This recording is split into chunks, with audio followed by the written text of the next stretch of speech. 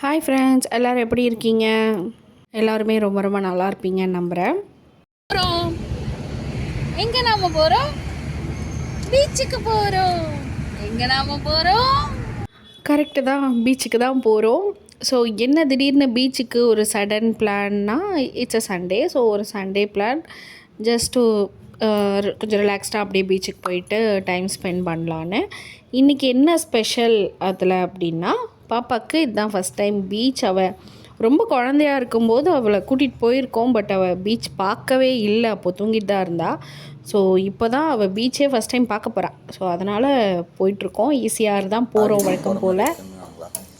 கொஞ்சம் ஏர்லியராக தான் கிளம்பணும், பட் இருந்தும் எங்களுக்கு கொஞ்சம் லேட் ஆகிடுச்சு. ஸோ அதனால் போகிற வழியிலையே ஹோட்டலில் சாப்பிட்டுட்டு போயிடலாம். ஏன்னா பாப்பாவுக்கும் கண்டிப்பாக ரொம்ப பசிக்கும்ல. ஸோ சாப்பிட்டுட்டு போயிடலான்னு சொல்லிவிட்டு ஹோட்டலுக்கு போயிருக்கோம். மேடம் வழக்கமாக 9 மணிக்கு தான் எழுந்துக்குவாங்க. பட் இன்றைக்கி சீக்கிரமே ஏஞ்சி செம்ம ஆக்டிவாக இருக்காங்க, செம்ம ஜாலியாக இருக்காங்க. ஆனால் என்ன ஃபுட்டு தான் சரியாகவே சாப்பிடல. சரி, கைவசம் ஃப்ரூட்ஸ் இருக்குது, ஸோ அப்புறம் பார்த்துக்கலான்னு சொல்லிவிட்டு போய் காரை பார்க் பண்ணிவிட்டு ஒரு சேஃபான இடம் பார்த்து நாங்கள் உள்ளே போயிட்டோம். போனோடனே இந்த ராட்டினம் தான் எல்லாருக்குமே ஒரு நாஸ்டாலஜிக் மெமரிஸில் சின்ன வயசில் விளையாடினது. அதுக்கப்புறம் குழந்த பிறந்ததுக்கப்புறம் இப்போ தான் நான் விளையாடுறேன். ஸோ கொஞ்சம் பயமாக தான் இருந்துச்சு, இருந்தாலும் கொஞ்சம் ஜாலியாக இருந்துச்சு. பாப்பா இருந்ததுனால அவங்க ரொம்ப ஸ்லோவாக தான் பண்ணாங்க. ஸோ அதனால் ரொம்ப ஜாலியாக இருந்துச்சு. பாப்பாவுக்கு இது தான் ஃபஸ்ட் டைம். ஸோ அவள் ஒன்றும் புரியாமல் தான் இருந்தாள் என்கிட்ட. ஸோ அப்படியே நடந்து பீச்சுக்கு போனோம். நாங்கள் எக்ஸ்பெக்ட் பண்ணது என்னென்னா, பீச்சு தண்ணியெல்லாம் பார்த்த உடனே மேடம் எக்ஸைட்டாக இறங்கி ஓடுவாங்கன்ற அளவுக்கு நாங்கள் இமேஜின் பண்ணிவிட்டு போனோம். அங்கே கூட்டமும் ஒன்றும் பெருசாலாம் இல்லை, கம்மியாக தான் இருந்துச்சு. நல்லா ஃப்ரீயாக தான் இருந்துச்சு, ரொம்ப பீஸ்ஃபுல்லாக இருந்துச்சு. பட் அவளுக்கு என்னமோ தண்ணியை பார்த்துட்டு அவள் ரொம்ப பயப்பட ஆரம்பிச்சிட்டா. நாங்கள் எக்ஸ்பெக்ட் பண்ண அளவுக்கு எக்ஸைட் அவள் ஆகலை. அவங்க அப்பாவும் என்னென்னமோ பண்ணி பார்த்தாரு. காலில் எடுத்துகிட்டு போயிட்டு தண்ணியில் கால் நனைக்க வைக்கிறது, அப்புறம் விளையாட வைக்கிறது அப்படின்னு என்னென்னமோ ட்ரை பண்ணார். பட் அவள் என்னமோ கொஞ்சம் உம்முன்னு தான் இருந்தாள், சிரிக்கவே இல்லை. ஸோ அதுவே எங்களுக்கு கொஞ்சம் அப்செட் தான். பட் பழகிடும் அவளுக்கு. இது தானே ஃபஸ்ட் டைம். ஸோ அதனால் மேபி அப்படி இருக்கலாம். ஸோ போக போக பழகிடும் அப்படின்னு சொல்லிவிட்டு நாங்களும் விட்டுட்டோம்.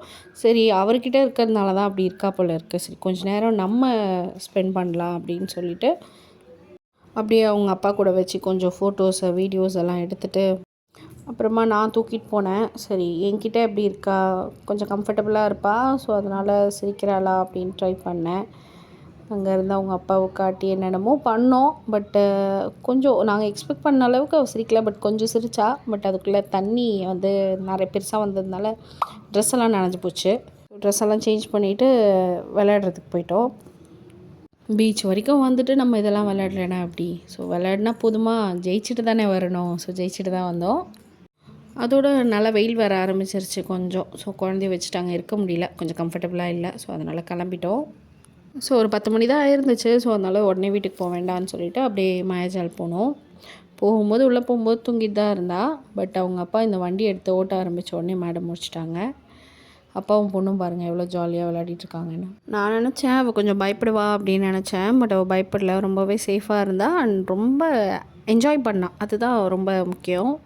இந்த மாதிரி ப்ளே ஏரியா கூட அவளுக்கு இதுதான் ஃபஸ்ட் டைம். ஸோ எப்படி ரியாக்ட் பண்ணுவான்றதில் ஐடியா இல்லை. ஸோ அவள் நல்லா தான் ரியாக்ட் பண்ணாள். ஸோ அதனால் எங்களுக்கு ஒரு மோட்டிவேஷன் வந்துருச்சு.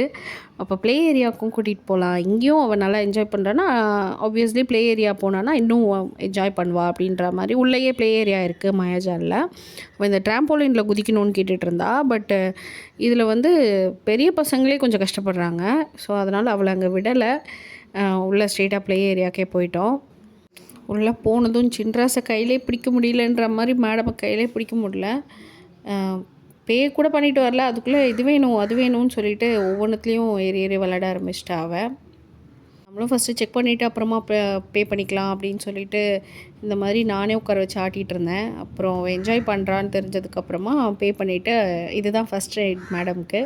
அவள் எவ்வளோ ஜாலியாக இருக்கா பாருங்கள். அவள் ஸ்டார்டிங் நல்லா ஜாலியாக தான் ஸ்டார்ட் ஆச்சு. பட் அது நடுவில் அப்பப்போ ஒரு சின்ன பாஸ் கொடுத்து சர்க்கிள் ஆகிட்டு இருந்துச்சு. அதனால் அந்த பாஸ் வரும்போது மட்டும் அவளுக்கு ஃபேஸ் கொஞ்சம் மாறுது, அதுக்கப்புறம் சிரிக்கிறா. ஸோ அது மாதிரி மாற்றி இருந்துச்சு. அதுக்கப்புறம் இந்த காரில் வந்து என்ஜாய் பண்ணுவான்னு நினச்சி தான் நாங்கள் உட்கார வச்சோம். அவளும் விளையாண்டா ஃபஸ்ட்டு ஸ்டார்டிங்கில். அதுக்கப்புறம் என்ன நினச்சாலும் தெரில, பக்கத்தில் இருக்க குதிரை மேலே அவளுக்கு ஃபுல் கான்சன்ட்ரேஷனும் போயிடுச்சு. இங்கே உட்காந்துருக்கிறது மட்டும்தான் அவங்க, மற்றபடி அவளோட ஃபுல் கான்சன்ட்ரேஷன் அந்த குதிரை மேலே தான், அந்த குதிரைக்கு போகணும் அப்படின்றது தான். ஃபஸ்ட்டு ஸ்டார்டிங்கில் அவள் உட்காந்துருந்ததே அந்த குதிரை தான். பட் அதில் தனியாக உட்காரணும், குழந்தைக்கு பேலன்ஸ் இருக்காதுன்னு சொல்லி தான் நாங்கள் அதில் உட்கார வைக்கல. இந்த மாதிரி பேலன்ஸ் இருக்கிறத பார்த்தோம். பட் அவள் இதை விட அது அவளுக்கு ரொம்ப பிடிச்சிருக்கு. கொஞ்சம் வளர்ந்ததுக்கப்புறம் அதுவும் ட்ரை பண்ணணும். அப்புறம் அவங்க அப்பா அவரோட ஆசைக்கு ஒரு பைக்கில் உட்கார வச்சு ஆட்டி ஆட்டி விளாண்டுட்டு இருந்தார். அவளுக்கு புரியலனாலும் அவள் என்ஜாய் பண்ணா, அதுதான் ரொம்ப ரொம்ப முக்கியமாக இருந்துச்சு. அப்புறம் என்ன விளையாடி முடிச்சுட்டு இவ்வளோ தூரம் வந்துட்டு மூவி பார்க்காம போனேன் எப்படி. ஸோ ஒரு மூவியும் பார்த்துட்டு கிளம்பிட்டோம் அங்கேருந்து. லன்ச் வந்து மாயாஜாலில் நாங்கள் சாப்பிடல, பிகாஸ் எனக்கு அங்கே செட் ஆகாது எப்போவுமே. ஸோ வெளியே வந்து தான் லன்ச் சாப்பிட்டோம். ஈஸியாரில் நிறையவே ரெஸ்டாரண்ட்ஸ் இருக்குது, ரொம்ப ரொம்ப நல்ல ரெஸ்டாரண்ட்ஸ்லாம் இருக்குது. ஸோ அதில் ஒன்றுத்தில் தான் சாப்பிட்டுட்டு வீட்டுக்கு போயிட்டோம், அவ்வளோதான். ஸோ இன்றைக்கி எங்களோட சண்டே இப்படி தான் போச்சு. ஸோ உங்களுக்கு இது கொஞ்சம் என்டர்டெய்னிங்காக இருந்திருக்கும்னு நம்புகிறேன். ஸோ தேங்க்ஸ் ஃபார் வாட்சிங். பாய்.